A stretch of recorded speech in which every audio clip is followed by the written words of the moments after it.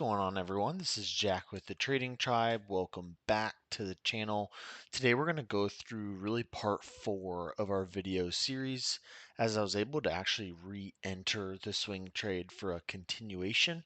So wanted to make one final video recapping kind of my second swing trade in the range, which I ended up taking yesterday after exiting kind of our first try.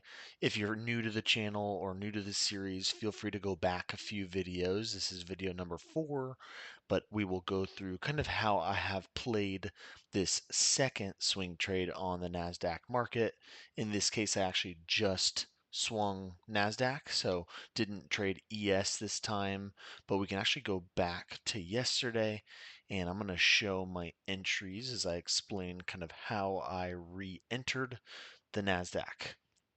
So if we look here on the left, right, we really are still kind of in the range.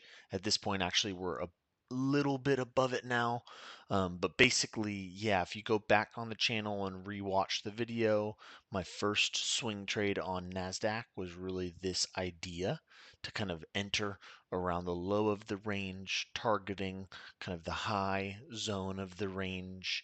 And that's exactly what we did, right? We were able to get in kind of near the bottom of this range, and then we were able to get out once we got back up to this resistance zone and started selling off. So we had a really nice kind of big move captured here, and that was really our first swing trade. And what I wanted to show you guys today was really getting back in for what we typically will call like a continuation.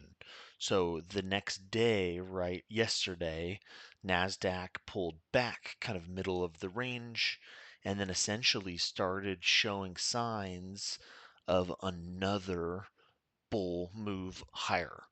And so in this case, right, we really still have kind of the same thesis where we knew NASDAQ could still make our way up to those highs of post-Trump tweet, right?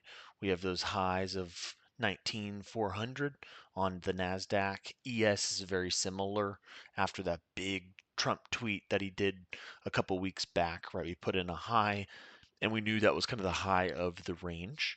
And so when we saw NASDAQ continuing higher yesterday, that's essentially all I did, right? I actually started in on the position you can see right here with extremely small risk, just in case I was wrong.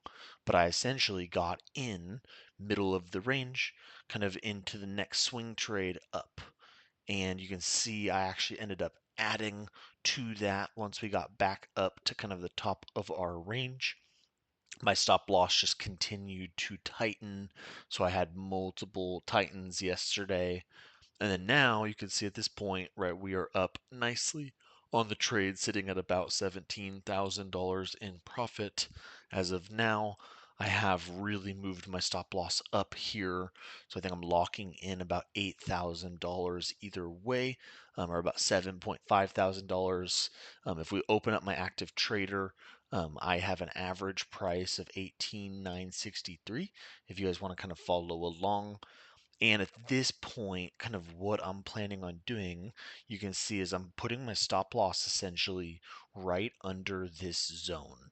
And I think like in a perfect case scenario, right, NASDAQ ends up kind of moving higher and starting an uptrend now that we're essentially breaking out of this range. And so this was really the whole purpose of taking the range trade, right? There's always that chance we get out of the range and can see a really nice continuation up, which is what we've seen this week so far. We have made a big move this week, so I'm very prepared to sell the position. You can see my stop loss is pretty tight, just in case NASDAQ actually turns around. That's actually where I will exit the position. In this case, right, if NASDAQ continues higher, I will just stay in the position, so staying super flexible here. But wanted to make another video on kind of continuation trading and how to get in after a winning or a losing swing trade if the charts on the left really line up again for another trade. If you guys have any questions, feel free to leave those down below in the chat. We've had a really big week on the channel, and I want to make sure this makes sense and that this strategy makes sense. This is typically how I will swing trade on the indexes, right? If we are in a range, I will end up trading kind of that range is key level to key level. And then if we get out of the range, right, I will re-enter for kind of that move out in order to start kind of that uptrend, right? I don't want to wait for that uptrend to start, right? We can actually capture that move higher and end up just trailing our stop loss and putting ourselves in a really nice position. So hopefully this helps everybody kind of learn how to swing trade with two real-time trade examples. And we'll talk next time. Thanks, everybody.